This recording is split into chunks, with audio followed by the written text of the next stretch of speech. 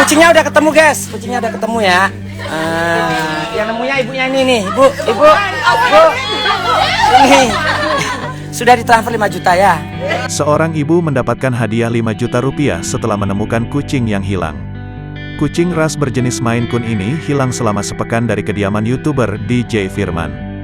Demi mencari kucing kesayangannya itu, ia membuat sayembara dengan imbalan Rp500.000 bagi penemu kucing ini. Karena tak kunjung ketemu, ia menaikkan imbalan hingga 5 juta rupiah.